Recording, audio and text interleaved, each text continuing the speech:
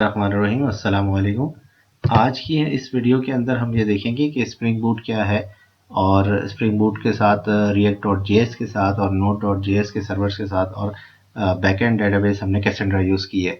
तो इस एग्जांपल्स के अंदर हम कम्प्लीटली एग्जांपल देखेंगे। आज जो टॉपिक है उसमें एक हम छोटा सा क्रट तैयार करेंगे, बल्कि क्रट तैयार है उसको हम एक्सप्लेन करेंगे, डिस्प्ले करेंगे उसके अंदर डेटा, और उसके अंदर क्रिएट, अपडेट, डिलीट सारे ऑपरेशंस देखेंगे और react.js के साथ प्रीरिक्विजिट्स हैं। आपको अगर इस वीडियो के ट्यूटोरियल के अंदर समझना है तो आपको react.js की अंडरस्टैंडिंग होनी चाहिए। उसके अलावा आपको कैसेंड्रा की अंडरस्टैंडिंग होनी चाहिए कि कैसेंड्रा डेटाबेस की। अगर आपकी ये दोनों अंडरस्टैंडिंग नहीं है तो मेरे चैनल पे ये दोनों वीडियोस मौजूद हैं, react.js की और कैसेंड्रा की।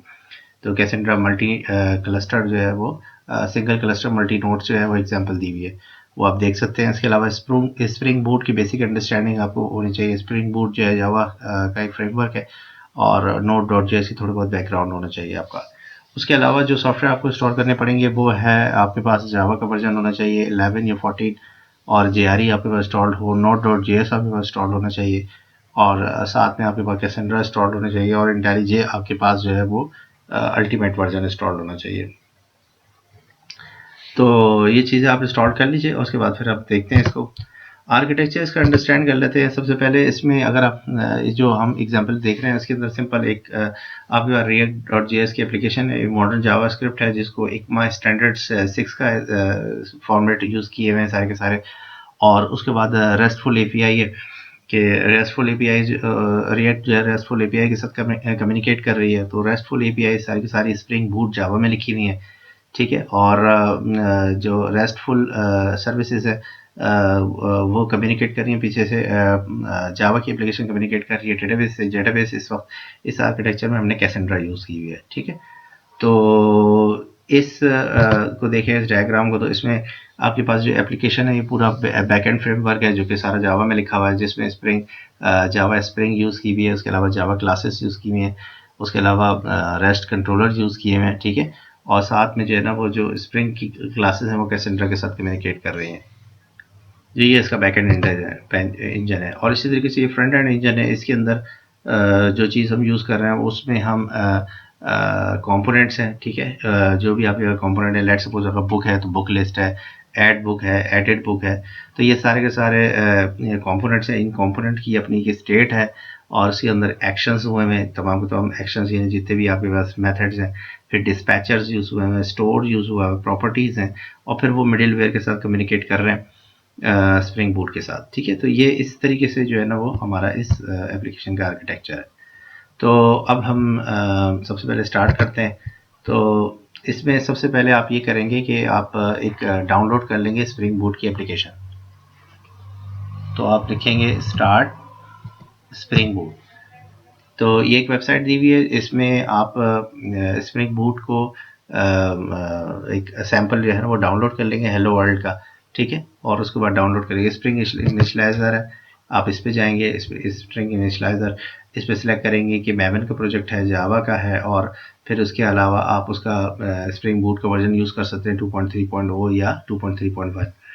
उसके अलावा जो भी आपके पास है बेस्ट। उसके अलावा आप यहाँ पर अपना ग्रुप का नाम देंगे, जो भी आपके पास पैकेजेस आप रखना चाहते हैं। अगर आप कंपनी में कोई काम करते हैं तो उसकी डिटेल्ड होगी, यानी कि कंपनी का नाम डॉट आप लिख सकते हैं स्प्रिंग बूट एग्जाम्पल इस तरह करके। फिर एप्लीकेशन का नाम देंगे, आप आर्टिफिक्स देंगे। उसके अलावा आप जार का वर्जन बताएंगे 11 है या 14 बताएंगे, ठीक है। और उसके बाद आप जनरेट कर देंगे। जब आप जनरेट कर देंगे कोई और डिपेंडेंसी डालने की ज़रूरत नहीं है। तो जब आप डाउनलोड कर लेंगे तो डाउनलोड करने के बाद उस प्रोजेक्ट को आप खोल लें, ठीक है। तो ये हमारे पास हमने प्रोजेक्ट खोल लिया है। तो इस प्रोजेक्ट के अंदर आपके पास एक डॉट मैवन की होगी, ग्रेडल की फाइल होगी, सोर्स होगा। तो सोर्स में अगर आप जाएंगे तो सोर्स के अंदर, मेन के अंदर, जावा के अंदर आपके पास जैसे जैसे com dot example dot spring boot लिखा है तो इसी तरीके से होगा। इसमें दो फाइल्स आपको नज़र आएंगी, एक एप्लीकेशन की फ़ाइल होगी जो कि एक मेन एप्लीकेशन फ़ाइल होगी जो स्प्रिंग एप्लीकेशन को स्टार्ट करने के लिए, और दूसरी आपके पास हेलो होगी। तो हेलो में सिंपल सी एक एपीआई बनाई हुई हमने। तो इस तरीके से ये काम करती है, ठीक है। तो अभी देखते हैं इसको डिटेल में कि किस तरीके से काम कर रही है। अच्छा, उसके बाद आपने इस एप्लीकेशन को चलाने के लिए आपको 2-3 चीज़ें और चलानी पड़ेगी। नंबर 1 एक आपको node.js एप्लीकेशन चलानी पड़ेगी और साथ में आपको कैसेंड्रा भी चलाना पड़ेगा। तो अभी हम कैसेंड्रा को चलाने के लिए क्या करेंगे, सबसे पहले आप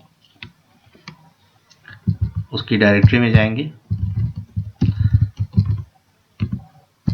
ठीक है, तो मैंने कैसेंड्रा की है ना 3 बेसिकली एक क्लस्टर बनाया हुआ है, टेस्ट क्लस्टर, और उसके अंदर 3 नोड्स बनाई हुई हैं और तीनों नोड्स जो है ना विंडोज़ पे इंस्टॉल की हुई हैं और तीनों नोड्स को मैं स्टार्ट करूँगा। ठीक है, तो कैसेंड्रा की अगर आपको वीडियो देखनी है कि कैसेंड्रा किस तरह बनता है, सेटअप कैसे होता है, उसकी कॉन्फ़िगरेशन क्या है, तो उसके लिए मेरे चैनल पे वीडियो मौजूद है कैसेंड्रा की, तो आप वो देख सकते हैं। इसी तरह react.js की भी आप जाके देख सकते हैं, बेसिक अंडरस्टैंडिंग एग्जाम्पल्स उसमें दी हुई हैं।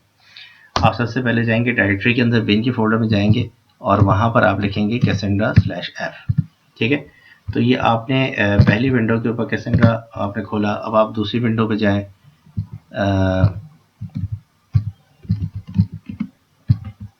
अब आप दूसरे फोल्डर में जाने के बाद आप लिखेंगे cassandra/f। ठीक है, तो ये दूसरा वाला सर्वर भी आपने खोला। अब ये तीसरे सर्वर पे जाएंगे आप इसी तरीके से,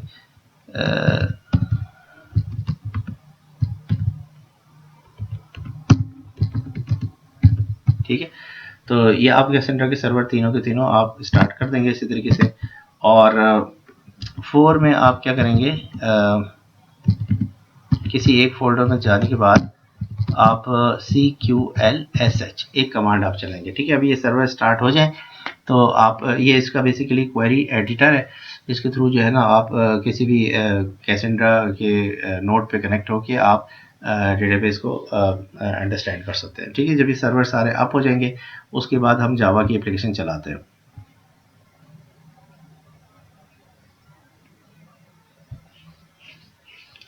ये सारे आपस में तीनों कम्युनिकेट भी कर रहे हैं, तो आपस में आप देख रहे होंगे कि दिख रहा होगा कि 2 स्टार्ट हो गया, 2 नॉर्मल हो गया, 3 स्टार्ट हो गया। अगर कोई सर्वर डाउन हो जाता है तो ऑटोमेटिकली आपस में तीनों कॉन्सोल कम्युनिकेट कर रहे हैं। ये एक कम्युनिकेशन का एक सिस्टम इसमें बना हुआ है, सारे नोड आपस में कनेक्टेड है।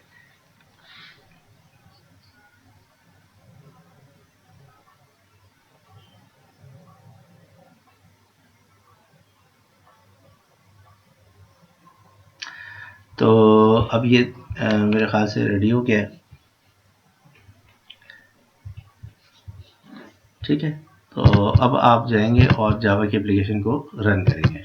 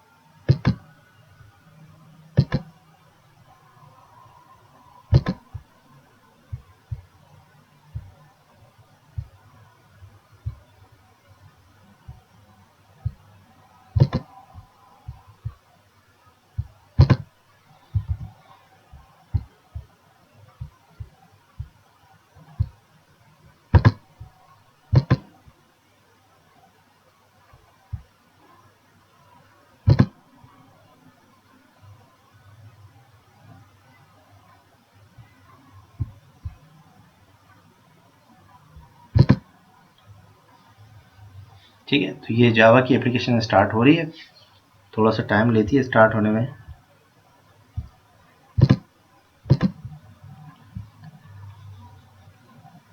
अच्छा, जब ये स्टार्ट होगी तो ये कैसेंड्रा के साथ चूंकि एग्जांपल बनी हुई, तो एक कैसेंड्रा के साथ कनेक्टेड हुई हो जाएगी। ये आपको नज़र भी आ रहा होगा कि इसने तीनों कैसेंड्रा के क्लाइंट्स को जो है ना वो आपस में कनेक्ट कर लिया है और कनेक्ट होने के बाद जो है वो इसने आपको कह दिया कि भाई सक्सेसफुली रन। अब आपने इसको चेक करना है तो आप इसको लिखेंगे लोकल होस्ट 8080। ठीक है, अब 8080 लिखने के बाद ये वाइट लेवल एरर इसलिए आ रहा है क्योंकि मैंने कोई राउट डिफाइन नहीं किया हुआ है। सिंपल सा मैं एक राउट अगर डिफाइन कर देता हूँ /API, तो ठीक है, तो ये आपको लिखा हुआ है मेन। तो अगर आप ये देखें, जब आप इस एप्लीकेशन को डाउनलोड करेंगे तो हेलो कंट्रोलर होगा, उसके अंदर ये लिखा हुआ है कि ये रिक्वेस्ट मैपिंग इस कंट्रोलर की ये हुई है एपीआई और साथ में ये स्लैश, तो इसलिए मेन डिस्प्ले हो रहा है। अगर आप स्लैश कस्टमर करेंगे तो कस्टमर्स हो जाएगा। मैं आपको दिखा देता हूँ। ठीक है, तो ये कस्टमर आ गया है तो एक छोटी सी जेसन रिटर्न हो गई, 2 रिकॉर्ड आ गए इसके अंदर। अच्छा, ये तो आपने सिंपल आपने डाउनलोड करके कर लिया। अब हम देखते हैं कि कैसेंड्रा इसमें किस तरीके से फिट होती है। अच्छा, साथ में पहले हम बैकएंड इंजन को अंडरस्टैंड कर लेते हैं कि इसमें क्या है, किस तरीके से काम कर रहा है। तो इसमें इस तरीके से है कि आप सबसे पहले आप जाएंगे, आप क्या करेंगे, एक फोल्डर बनाएंगे, पैकेज बनाएंगे कोर्स के नाम का। उसमें आप एक कोर्स बनाएंगे। अच्छा, ये मैं आपको थोड़ा सा ये पहले बता देता हूँ कि एक फाइल है, मैं आपको दिखा देता हूँ एक फाइल।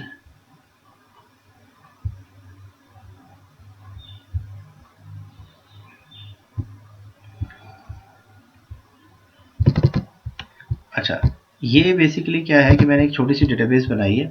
उस डेटाबेस के अंदर उसका नाम रखा हुआ है कोर्स, टेबल बनाया हुआ, सॉरी डेटाबेस का नाम माई डेमो डीबी है और उसके अंदर लिखा हुआ है सिंपल स्ट्रेटजी रेप्लिकेशन फैक्टर। तो ये इसमें डेटाबेस बनाने का कमांड ये होती है, क्रिएट की स्पेस और उसके बाद उसका नाम विद रेप्लिकेशन और फिर आखिर में रेप्लिकेशन स्ट्रेटजी और फिर रेप्लिकेशन फैक्टर। साथ में मैंने फिर एक टेबल बनाया हुआ है क्रिएट, इसका सारा सिंटैक्स वही सीक्वल वाला होता है, create table, table name, ID with text, इसमें टेक्स्ट आईडी ली हुई है, ठीक है। आप इंटीजर भी ले सकते हैं, लेकिन फिर आप ऑटो इंक्रीमेंट और उस तरह की लॉजिक्स को बनानी पड़ेगी। टेक्स्ट यूजर नेम पासवर्ड, ठीक है, यूजर नेम और डिस्क्रिप्शन, ठीक है। और ये आपने इस तरीके से आपने एक टेबल बना सकते हैं। तो मैं आपको सीक्वल क्लाइंट पे कनेक्ट करता हूँ। सीक्वल बैश पे मैं गया, सबसे पहले कनेक्ट किया। अब मैं इसके साथ कनेक्ट हो जाऊंगा आपका डेटाबेस के साथ, ठीक है। तो ये मैं सीक्वल बैच जैसे मैं कनेक्ट कर देता हूँ। तो मैं आपको दिखाता हूँ कि अगर आपने ये देखना है कि मेरे सिस्टम में कितनी डेटाबेसेस हैं, तो वो मैं देख सकता हूँ। देखिए कनेक्टेड हो गया, इसमें लिखा हुआ है टेस्ट क्लस्टर के साथ 127.0.0.1 पोर्ट ये। अब आप क्या करेंगे, सिंपल आप लिखेंगे जो अभी ये कमांड मैंने उठाई है, और आप लिखेंगे तो ये सारे डेटाबेसेस दिखा देगा। इसमें सेलेक्ट की space name underscore name from system schema dot की स्पेस, ठीक है। तो आप इसमें माई डेमो डीबी आपको नजर आ रही होगी तीसरे नंबर पर, आप कहेंगे यूज माई डेमो डीबी। जैसे ही आप यूज कर लेंगे तो ये देखें ये फौरन उस डेटाबेस के अंदर चले जाएगा। और आपने सारे टेबल्स देखने कि इसमें कितने टेबल्स पड़े हुए हैं, तो आप इसी तरीके से ये कमांड चलाएंगे, ठीक है। आप कहेंगे टेबल नेम और इस तरीके से आप इसको चलाएंगे तो ये तमाम टेबल नेम आ जाएंगे। इसमें हमारे काम का टेबल सिर्फ एक ही है जो हमने बनाया है, और वो कोर्स के नाम से व्यू के नीचे, तो सिर्फ इस टेबल को हम देखेंगे, ठीक है। तो अगर हमें देखना है इस टेबल में डेटा क्या है, तो हम लिखेंगे सिलेक्ट स्टैटिक फ्रॉम कोर्स, ठीक है। और जैसे ही हम एंटर करेंगे, देखें इसमें आपको दिखा देगा कि यार ये दो टेबल पे दो रिकॉर्ड पड़ेंगे, ठीक है। तो अभी इसकी जो है ना हमने बैकएंड इंजन चला दिया है। अब हम इसका फ्रंट एंड इंजन चला के देखते हैं जो कि आपका node.js में। तो उसके लिए आप क्या करेंगे, सिंपल सा आप यहाँ पर एक फोल्डर बनाएंगे फ्रंट एंड का, ठीक है। फ्रंट एंड का फोल्डर आप यहाँ पर क्रिएट करने के बाद अब आपको यहाँ पर अगर इसको हम खोलते हैं तो इसमें लिखा हुआ है कोर्सेज।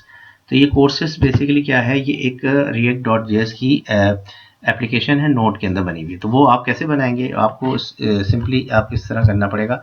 ये ऐसे फ्रंट एंड का फोल्डर है जहाँ आपने बना दिया, तो आपके पास सबसे पहले इंस्टॉल होना चाहिए आपके पास node.js। तो आपके पास मैं बता देता हूँ आपको क्या क्या चीज़ें इंस्टॉल होनी चाहिए। सबसे पहले आप करेंगे node.js इंस्टॉल, फिर उसके बाद आप कहेंगे node.npm install /g और क्रिएट रिएक्ट ऐप। तो ये रिएक्ट ऐप बेसिकली क्या चीज़ है कि आप क्या कर रहे हैं कि आप अपने सिस्टम में रिएक्ट एप्लीकेशन का पूरा मॉड्यूल है वो उठा के डाल रहे हैं, ताकि अगर आप को जब चाहे जितनी चाहे एप्लीकेशन बनानी हो तो क्रिएट रिएक्ट ऐप के थ्रू बना सकें।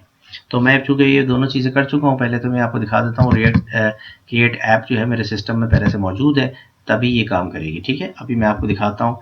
तो अभी आप जाएँ, लेट सपोज सी पे जाएँ, मैं आपको दिखाता हूँ कहाँ पर इंस्टॉल्ड है।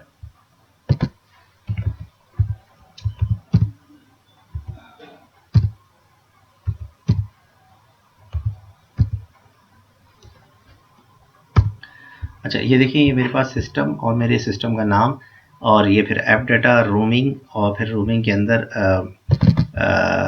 npm, और फिर npm के अंदर अगर आप जाएं तो नोड मॉड्यूल, और उधर ये देखें क्रिएट रिएक्ट ऐप, ठीक है। तो आप ये कमांड जब आप नोड इंस्टॉल कर लेंगे तो आपने ये कमांड चलानी है।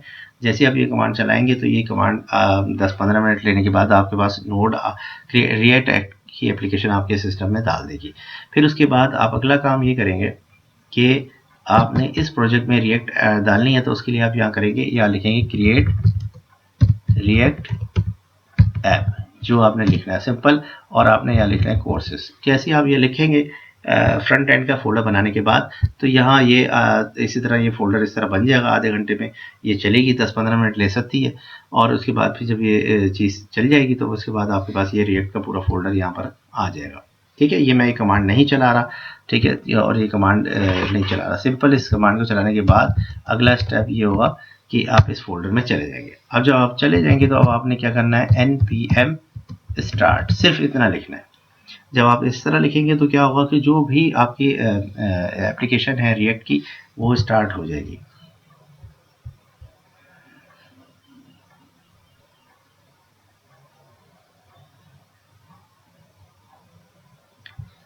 ठीक है, ये देखिए आपके सामने स्टार्ट हो रही है।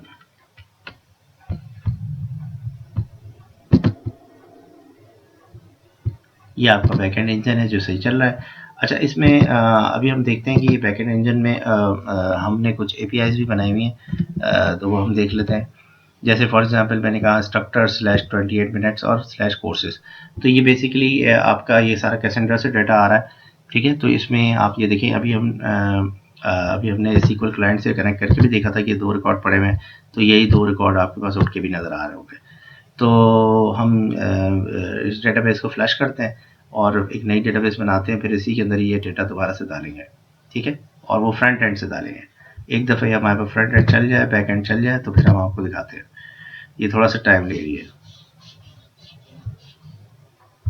तो ये अभी हमारे पास स्टार्ट हो चुका है। तो जैसे ही आप ये कर देंगे तो ये दिखा देगा लोकल होस्ट 3000। तो आपका node.js का सर्वर जो है ना 3000 पे चल रहा है। अगर आप इसे खोलेंगे तो इस तरीके से ये अभी ये हमारे पास स्ट्रक्चर ऐप की एप्लीकेशन आ रही है। तो अभी आपके पास डेटा भी नज़र आ रहा है, तो उसको हम अंडरस्टैंड करते हैं कि ये किस तरह काम हो रहा है। तो इसमें बेसिकली क्या हो रहा है कि अगर आप सबसे पहले बैकएंड पे जाते हैं और हम जो है ना अपना जो डेटा है उसको हम थोड़ी देर के लिए फ्लैश आउट कर देते हैं। तो मैं लिख देता हूँ, आप ये एक कमांड चला के भी इसको वो कर सकते हैं। अगर आप ये कमांड चला देते हैं, आप लिख देते हैं ड्रॉप टेबल, तो टेबल ड्रॉप हो जाएगा और फिर आप दोबारा से क्रिएट कर दें। नहीं तो आप ट्रंकेट भी कर सकते हैं। तो मैं ट्रंकेट यूज़ कर लेता हूँ, ट्रंकेट टेबल कोर्स। ठीक है, जैसे मैं ट्रंकेट करूँगा तो ये ट्रंकेट हो जाएगा। ठीक है, तो अब ये टेबल एग्जिस्ट नहीं करता, इसके सॉरी इस टेबल के अंदर डेटा एग्जिस्ट नहीं करता। तो अगर जब मैं इसको फॉरन रिफ्रेश करूँगा, देखिए डेटा ख़त्म हो गया, और एप्लीकेशन में जाऊँगा तो ये रिफ्रेश ख़त्म हो गया। अब क्या होगा कि मुझे इसमें डेटा इंसर्ट करना है थ्रू एप्लीकेशन। तो मैं जैसे ही ऐड दबाता हूँ तो मेरे पास आ जाती है डिस्क्रिप्शन, मैं लिख देता हूँ कुछ भी और सेव दबा देता हूँ, तो ये मेरे पास क्या करेगा, कैसेंड्रा के अंदर डेटा इंसर्ट करेगा। ठीक है, ये देखें स्टार्ट कर दिया, और फिर यहाँ पर अगर आप सर्च करें तो ये डेटा आ गया। और इसी तरीके से जब जैसे ही आप कंसोल पे जाएंगे तो वहाँ जाके अगर आप लिखते हैं कोर्सेज, तो फॉरन वहाँ पर भी डेटा आ गया। ठीक है, तो ये इंसर्ट हो गया। और इसी तरीके से इसी के अंदर मज़ीद 1-2 रिकॉर्ड भी इंसर्ट करके देख लेते हैं। लेट सपोज आपने ये डाल दिया और फिर आपने ये इस तरह डाल दिया, तो ये 3 रिकॉर्ड आपने इंसर्ट कर दिए हैं। तो यहाँ पर 3 रिकॉर्ड हो जाएंगे। ठीक है, और यहाँ पर भी SQL क्लाइंट पे भी जाके आप चेक कर सकते हैं, तो आपको दिखा देगा 3 रिकॉर्ड होगा। तो अब इसका बैकएंड इंजन देख लेते हैं। सबसे पहले बैकएंड इंजन इस तरीके से है कि यहाँ पर आप क्या करेंगे, सबसे पहले एक फोल्डर बनाएंगे, पैकेज बनाएंगे कोर्स के नाम का, उसके अंदर आप एक टेबल बनाएंगे। ठीक है, तो ये आप अच्छा यहाँ एक चीज़ मैं बता दूं कि स्प्रिंग के अंदर आपने अगर कैसेंड्रा यूज़ करना है तो इसकी pom.xml फाइल के अंदर आपने ये जाके लिखना पड़ेगा। एक डिपेंडेंसी डालनी पड़ेगी जिसमें आप लिखना पड़ेंगे com.springframework.boot और आर्टिफैक्ट आईडी आप लिखेंगे spring boot starter data Cassandra. तो ये जब आप ये चीज़ें लिखेंगे तो ये फिर स्प्रिंग बूट जो है वो इसको कंसीडर करेगा। और फिर मेवन में यहाँ जाएंगे और फिर डिपेंडेंसीज को रिफ्रेश करेंगे, कंपाइल करेंगे, तो भी ये डिपेंडेंसीज आपके पास इस तरीके से यहाँ पर ऐड कर देगा। ठीक है, तो जब डिपेंडेंसीज आप ऐड कर दें, अगला काम आप ये करें सिंपल कि आप एक क्लास बनाएं जिसके अंदर आप लिखें कोर्स और फिर इसका टेबल प्राइमरी की, और इसी तरीके से जो भी उनकी टाइप्स हैं वो डिफाइन करें, और फिर इसी तरीके से फिर आप इसके कंस्ट्रक्टर डिफाइन करें। ठीक है, और फिर इसी तरीके से गेटर और सेटर तैयार करते हैं तीनों आईडीज़ के। तो ये सिंपल सा ये जो एक नॉर्मल अप्रोच आप जो होती है वो करें आप। ठीक है, उसके बाद आप एक इंटरफेस बनाएं और यहाँ जाके आपने लिखना है, जैसे मैंने एक इंटरफेस बनाया आई कोर्स कैसेंड्रा। अब मैंने इसको एक्सटेंड किया है कैसेंड्रा रिपोजिटरी से। कैसेंड्रा रिपोजिटरी इसकी अपनी फाइल है और ये स्प्रिंग फ्रेमवर्क के अंदर दी हुई है। इसको मैंने यूज़ किया और इसमें मैंने अपनी टाइप डिफाइन करी, जो मेरा टेबल का नाम है कोर्स, और फिर जो भी प्राइमरी की है वो डिफाइन करी। जैसे ही मैंने ये किया तो एक इंटरफेस तैयार हो गया। ये इंटरफेस जो है ना, फिर मैंने एक रिपॉजिटरी तैयार करी। रिपॉजिटरी का नाम मैंने लिखा simple Cassandra course Cassandra repository, और उसको एज अ सर्विस मैंने मार्क कर दिया कि इसको एज अ सर्विस कंसिडर कर लेना। अब ये जो इंटरफेस मैंने बताया, इसमें मैंने लिख दिया ऑटो वायर। ऑटो वायर का मतलब है कि डिपेंडेंसी इंजेक्शन आप इसके अंदर इंप्लीमेंट कर दो, ठीक है। तो ये जो भी आपका इंटरफेस है, ये इंटरफेस जो है ना वो इनिशलाइज होके इस ऑब्जेक्ट में आ जाएगा। अब जब इसमें आ जाएगा तो डॉट आप यहाँ फंक्शन लिख लें simple find all list of course, और फिर इसका आपने लिखा कैसेंड्रा डॉट फाइंड ऑल। जैसे आपने फाइंड ऑल किया तो इसने क्या करना है कि तमाम का तमाम डाटा जो भी है वो दे देना है। इसी तरीके से फाइंड बाय आईडी बना लें आप, उसमें आप आईडी दें और फाइंड बाय आईडी यूज़ कर लें। फिर आप देख लें कि चूँकि ये ऑप्शनल रिटर्न करता है, तो ऑप्शनल का मतलब है या तो होगा या नहीं होगा। तो आप इसमें चेक कर लें कि अगर ऑप्शनल के अंदर सी प्रेजेंट नहीं होता है तो फिर इसका मतलब है, और फिर आप उसे गेट कर लें और रिटर्न करवा दें, नहीं तो फिर नल रिटर्न करवा दें। नल हैंडलिंग नहीं होती इसमें। इसी तरीके से डिलीट है, तो डिलीट में भी आप ये करेंगे कि यार मेरे पास कोई कोर्स आएगा, मैं उसे डिलीट कर दूंगा। इंसर्ट में भी ये है कि मैं जो भी मेरे पास क्लास आएगी डॉट इंसर्ट करूंगा, और फिर इसके बाद एक नई आईडी डालूंगा।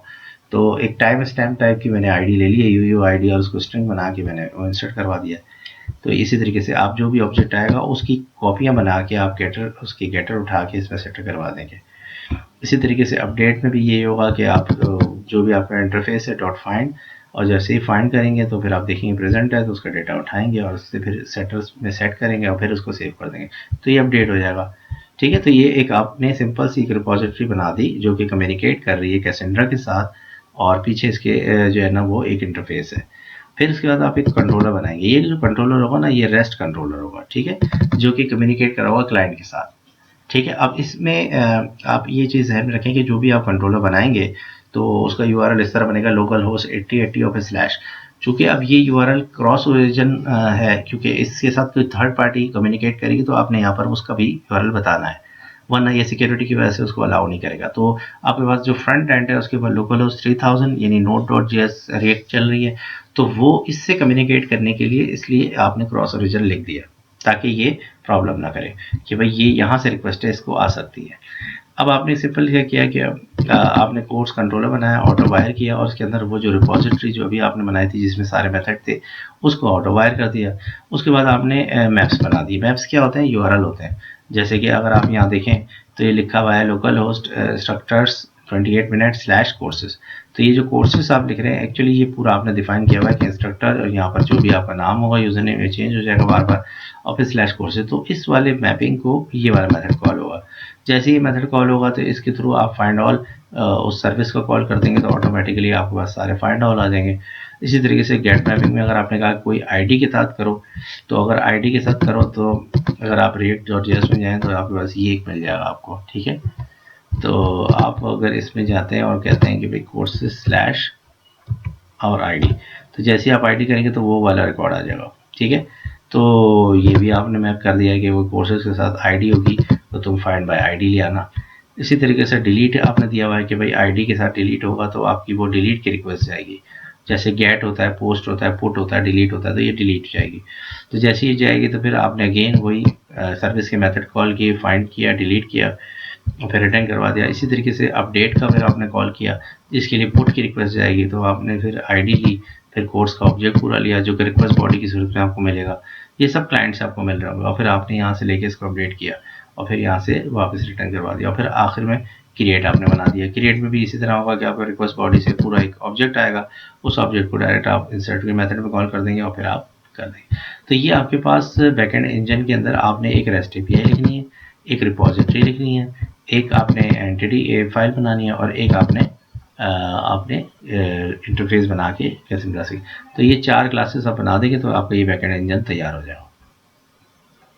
अब अगला काम क्या है कि आपने ये बैकएंड इंजन को आपने देख भी लिया कि ये देखें इस तरह यूआरएल करके आप चला रहे हैं, और इसको अगर आप यूँ हटा देंगे तो ये डायरेक्टली इस तरह भी चलेगा, और इस तरीके से आप इसको चला सकते हैं। अगेन अब फिर उसके बाद आप ये करेंगे अगला स्टेप कि अब फ्रंट एंड को देख लेते हैं। फ्रंट एंड आपका चल रहा है, बिल्कुल चल रहा है। तो फ्रंट एंड के ऊपर अगर आप देखें ये डेटा आपके पास आना शुरू हो गया, तो इसको पहले चला लेते हैं। देखिए इसमें एक ऐड का मेथड है और एक अपडेट का। अगर मैं अपडेट पे जाता हूँ और अपडेट पे जाके भैया कुछ लिख देता हूँ, तो क्या ये अपडेट हो रहा है? बिल्कुल ही अपडेट हो रहा है। ठीक है, ये डेटा देखिए चेंज हो गया। अब मैं डिलीट कर देता हूँ तो ऑटोमेटिकली इसने कह दिया कि मैंने ये डेटा डिलीट कर दिया, तो ये डिलीट भी हो गया। ठीक है, तो इसी तरीके से ऐड भी हो रहा है। ऐड पे जाएंगे और आप यहाँ पर जाएंगे और आप लिखेंगे कोई भी नाम लिख देंगे, सेव करेंगे, तो ये देखें रिकॉर्ड भी इंसर्ट, तो इंसर्ट भी हो रहा है, अपडेट भी हो रहा है, डिलीट भी हो रहा है। ठीक है, अब ये कैसे हो रहा है इसके लिए समझते हैं। फ्रंट एंड पे जाएंगे जब आप, तो इस आपने जैसे फ्रंट एंड का फोल्डर बना के आपने ये कोर्स बना के अब आप यहाँ जाएंगे और इसमें सोर्स में जाएंगे। सोर्स में जाने के बाद आप दो फोल्डर बनाएंगे, एक आप सर्विस का बनाएंगे और एक आप कंपोनेंट का। तो आप सर्विस में सबसे पहले जाएंगे, तो सर्विस बेसिकली आप एक आप लेयर बनाएंगे जिसके थ्रू आप स्प्रिंग बूट को कनेक्ट कर रहे होंगे। तो वो किस तरीके से कनेक्ट कर रहे होंगे, तो आपने जैसे फॉर एग्जांपल यहाँ पर, हाँ अब एक चीज़ और मैं बता दूँ, यहाँ पर आपने एक्सियोस की लाइब्रेरी यूज़ की है।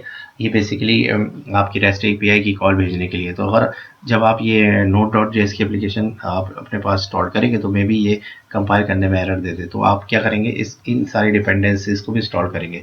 तो आप लिखेंगे npm इंस्टॉल्ड और एक्सियस। जैसे ही आप ये लिख देंगे उस फोल्डर में जाके, कोर्सेज के फोल्डर में जाके, तो ऑटोमेटिकली वो इंस्टॉल कर लेगा। फिर आपके पास रिएक्ट डॉम का भी शायद एरर दे, तो वो अभी आप इस तरह इंस्टॉल कर लेंगे।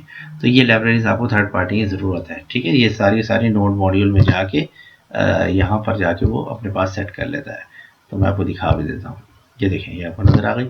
तो ये इसी तरीके से ये सारी लाइब्रेरीज इंस्टॉल करके आप इसमें सेट कर दें, और उसके बाद फिर आप ये सर्विस में लिखिए। सर्विस में आपने लिखा कि भाई मेरे पास ये यूज़र नेम होगा, ये मेरे पास यूआरएल होगा, और यूज़र नेम और यूआरएल को इंजेक्ट करके मैं एक यूआरएल बनाऊंगा।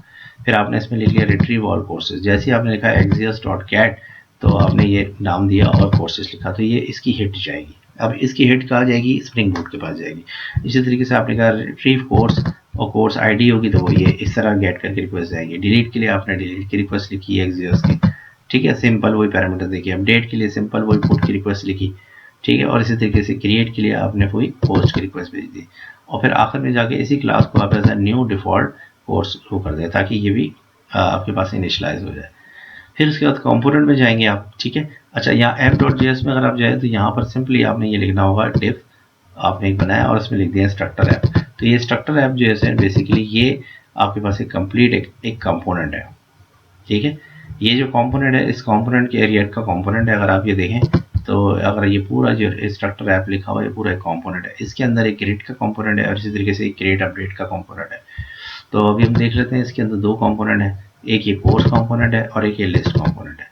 लिस्ट आपको खुद ही नजर आ रहा है कि ये पूरी जो लिस्ट बन रही होगी, ऑल कोर्सेज, डिस्क्रिप्शन, आईडीज वगैरह। तो इसको पहले देख लेते हैं।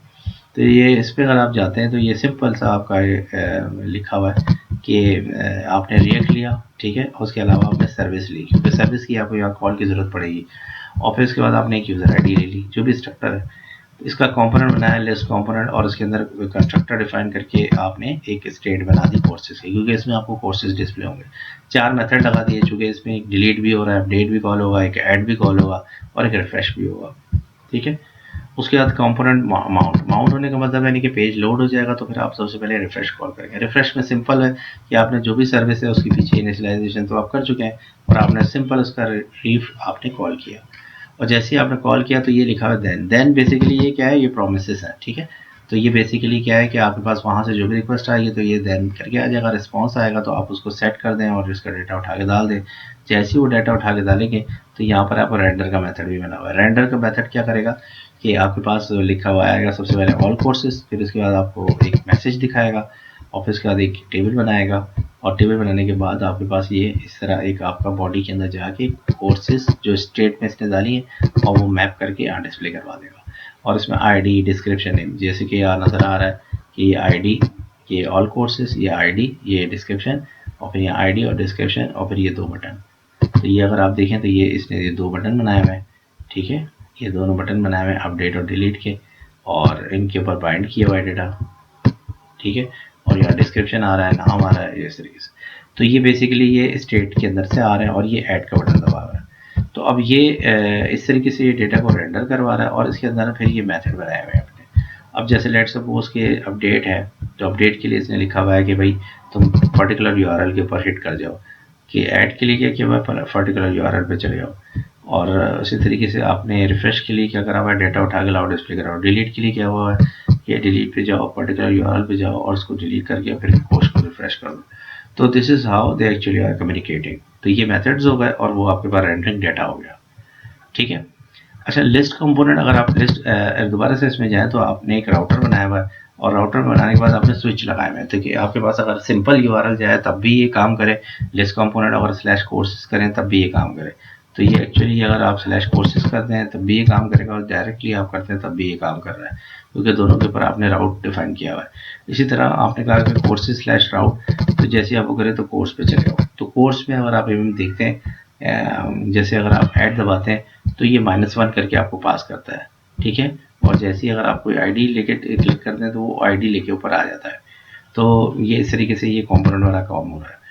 तो ये कंपोनेंट क्या चीज़ है, इसको भी देख लेते हैं। कंपोनेंट में जाते हैं तो ये देखिए, सबसे पहले डेटा रेंडरिंग देख लेते हैं कि यहाँ पर आपने इसने यूज़ किया। अच्छा, यहाँ पर वैलिडेशन भी यूज़ हुई है। अगर आप कोई भी वो ले लेते हैं, लेट सपोज के मैंने ऐड किया और फिर यहाँ मैंने 1-2 फील्ड दे दी, तो ये आपकी वैलिडेशन भी चल रही है। तो वैलिडेशन के लिए फॉर्मेट यूज़ करते हैं, ठीक है। तो ये फॉर्मेट यूज़ किया हुआ है, हो सकता है ये भी आपको इंस्टॉल करना पड़े। तो npm इंस्टॉल्ड फॉर्मेट, तो फॉर्मेट का आप यूज़ कर लें। और उसी तरीके से वही सर्विस यहाँ पर भी उठाएंगे, यहाँ पर भी वही कंस्ट्रक्टर, यहाँ पर भी वही स्टेट, यहाँ पर सबमिट और वैलिडेट यूज़ करेंगे। और इसी तरीके से सबमिट और वैलिडेट करने के बाद आप ये देखेंगे जब पेज लोड हो जाता है तो आपके पास अगर एडिट मोड है तो वो उसका डेटा उठा के लिया, और अगर ऐड है तो फिर तो आप देख रहे होंगे जैसे ही अगर आप यहाँ पर कोई पर्टिकुलर उठाते हैं तो उसका डेटा उठ के आ जाता है। तो उसका डेटा इस तरीके से उठ के आता है कि यहाँ पर ये लिखा हुआ है रिट्रीव कोर्स, ठीक है। और वैलिडेट के अंदर आप ये पूरी वैलिडेशन हो रही है, और सबमिट के अंदर वो सारा डेटा सबमिट होके कोर्स का बन के और फिर या तो क्रिएट या अपडेट में अब देख लेगा वो कि भाई -1 है, तो उसका मतलब है कि न्यू क्रिएट करना है वरना अपडेट कर रहा हो। तो ये इस तरीके से ये आपने पूरा डिफाइन कर दिया, और डिफाइन करने के बाद यहाँ पर आपने ये मेथड लिख दिए कि सबमिट पे ये कॉल करो, वैलिडेशन ऑन चेंज पे ये करो, और वैलिडेट पे ये वैलिडेट का मेथड कॉल करो। और इस तरीके से यहाँ पर एरर डिस्प्ले कराओ, फिर फील्ड सेट है और ये फील्ड है, डिस्क्रिप्शन है, और इस तरीके से डेटा डिस्प्ले हो रहा है। तो आप इस तरीके से डिस्प्ले कर सकते हैं। तो ये आपके पास बेसिकली पूरा है। दोबारा से आप इसको चला के देखें तो आप सबसे पहले जाएंगे रिएक्ट ऐप में और यहाँ पर जाएंगे और आप कोई भी नाम दे के आप डेटा को सेव करेंगे, ठीक है। ये आपका 4 रिकॉर्ड हुआ है। इसी तरीके से एक और डाल देते हैं,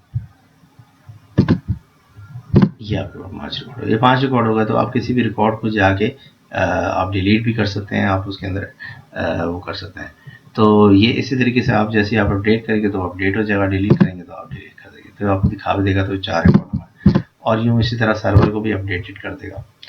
तो ये इस तरीके से आप पूरी एग्जाम्पल को अंडरस्टैंड कर सकते हैं। इसका सोर्स कोड भी मैं इस वीडियो में लगा दूंगा, तो आप इसको डाउनलोड करें और फ्रंट एंड के फोल्डर को जो है ना वो भी आप इस तरीके से सेटअप करें, अपने पास नोड इंस्टॉल करें और बैक एंड का इंजन करें, जिसमें आपके पास ये सारी की सारी चीज़ें दी हुई हैं, जिसमें आपने स्प्रिंग बूट को अब ये देखा कि किस तरीके से हम सोर्स के फोल्डर के अंदर जाके स्प्रिंग की क्लासेस वगैरह को जाके सेटअप कर सकते हैं। तो ये बस आपको ये 3-4 फाइल्स पे काम करना है और इस तरीके से। और यहाँ पर आपको SQL क्लाइंट के थ्रू भी आप चेक कर सकते हैं कि मेरे पास कितना डाटा है। 3 रिकॉर्ड थे, अब ये 4 रिकॉर्ड होगा, तो इस तरीके से आप इसमें डाटा डाल सकते हैं। तो होपफुली आपको अंडरस्टैंड हो गया होगा। अगर आपके जहन में कोई सवालात हैं, कोई ऐसी चीज़ है जो आप समझते हैं कि आपको पूछनी चाहिए, तो आपको ज़रूर आप पूछें, तो इंशाल्लाह आपकी हेल्प की जाएगी।